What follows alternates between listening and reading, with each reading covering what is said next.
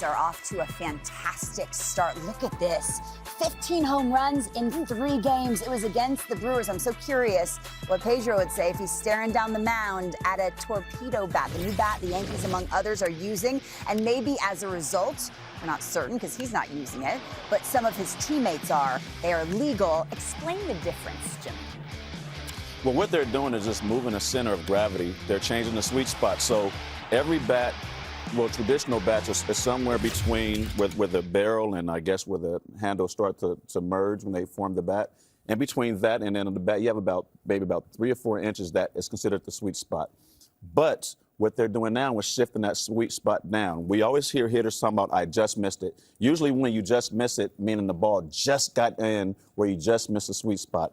So science and baseball is saying, you know what can we do to take that away? That when I just miss it, because we want to let the ball get deep, we want to travel, it causes you to miss the ball in as opposed to off the bat. If we can change the center of gravity, we can make the sweet spot a little bit in that where I just missed it, you're going to get the results that you're seeing. Now, the opposite is I don't know what happens as you hit it towards the end of the bat, which is never good, but with the traditional bats, you still had some weight there. Sure, it changes the weight distribution. Would you have used it? With the amount of information they have now, telling you, hey, you're hitting the ball on this part of the bat. If we can move the bat there, and therefore where you're hitting it, you can be rewarded, you got to think about it. And baseball players are very superstitious, and if we get something and it works, we're going to stay with it. Case in point, the first time I got a maple bat in my hand, I got 3 hits. I never put it down. Never went back. You know, and that's the thing.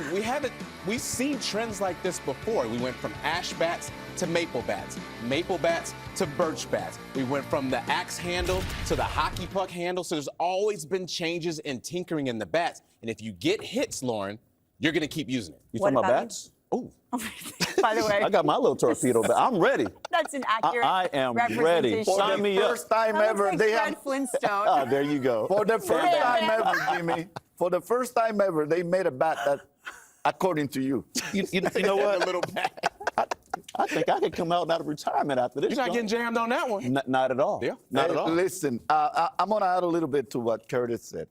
There's a lot of data and information about how this bat was made for different hitters, kind of like the golf players that had their own clubs made according to how they are. Yep. Well, that also takes me to believe that there's some adjustment that needs to be made by the pitchers, because when I see Volpe with a little thinner bat at the end but thicker in the inner part, he's exposing exactly what his weaknesses are. So it's just a matter of time and execution until the pitchers make the adjustment to seeing what kind of barrel you have, where your defect is, and I'm going to go and attack those areas with the best of it, or maybe expand those areas where you're weaker. And with the amount of information that's being handed to the pitchers and the rest of the league, it's just a matter of time and execution. Remember, I'm talking about execution because some of those pitches that you saw the Yankees hit out in that game against Milwaukee, those were triple pitches. Those were pitches that were mediocre. For Nestor, he got ambushed. He got ambushed on 3 pitches against 3 good guys that have a lot of power. And what they have to do is use quality pitches from the get-go against a team like the Yankees, especially this early in the season, which is really hard to do for the starting pitchers. You know, it's so interesting. That's right, that you likened it to golfers, because Aaron Boone was asked a lot of questions about this, and this is what he had to say about the new bat some of his players are using. I want you to listen to this. I say to you guys all the time, we're trying to win on the margins and trying to get, and that shows up in so many different ways, whether you see, bat models,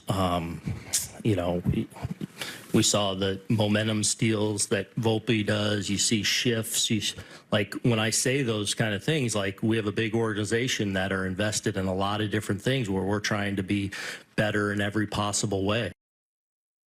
Now we're talking Jimmy's language, by the way.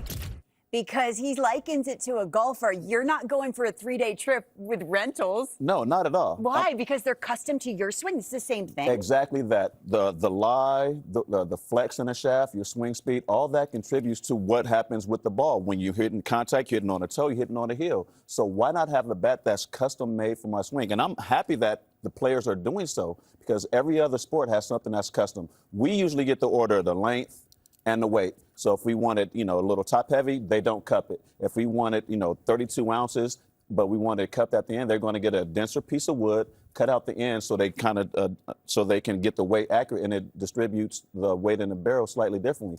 But if I have a swing that says every 90% of my swings is this, I have a bat that's made for that, I should get better results. It's always evolution of man. We sit here and talk about that all the time. Guys are throwing 104 at times. Is this, I know, right? Is this the hitter's thing? It could be an advantage for the hitters. The hitters are always going to be behind. But one of the best things I remember older players telling me, they said one of the great things about getting to the big leagues, you can design your own bat. If you want a thinner handle or a bigger up top, or you want to make it longer, you could do that. And now you have even more options to hopefully help you out. But Pedro said it. Even with the best bat, even with the best clubs, if I don't execute, I'm not going to get the hits. In the games that we saw with the Yankees and the Brewers pitchers, unfortunately, were not executing. It didn't matter what bat you were swinging. Balls down the middle of the plate, those hitters are going to hit the ball. I totally agree. And you saw, Judge is not using torpedo bat. He doesn't need to. He doesn't need to, but when he hits it and it's not well executed, forget about it. He was asked, are you going to use it? He's like, excuse me? 62 home runs? I don't need it. What about Cody Bellinger? That park is tailor-made to his swing. Before the 2025 New York Yankees, there's Heine Groh of the Cincinnati.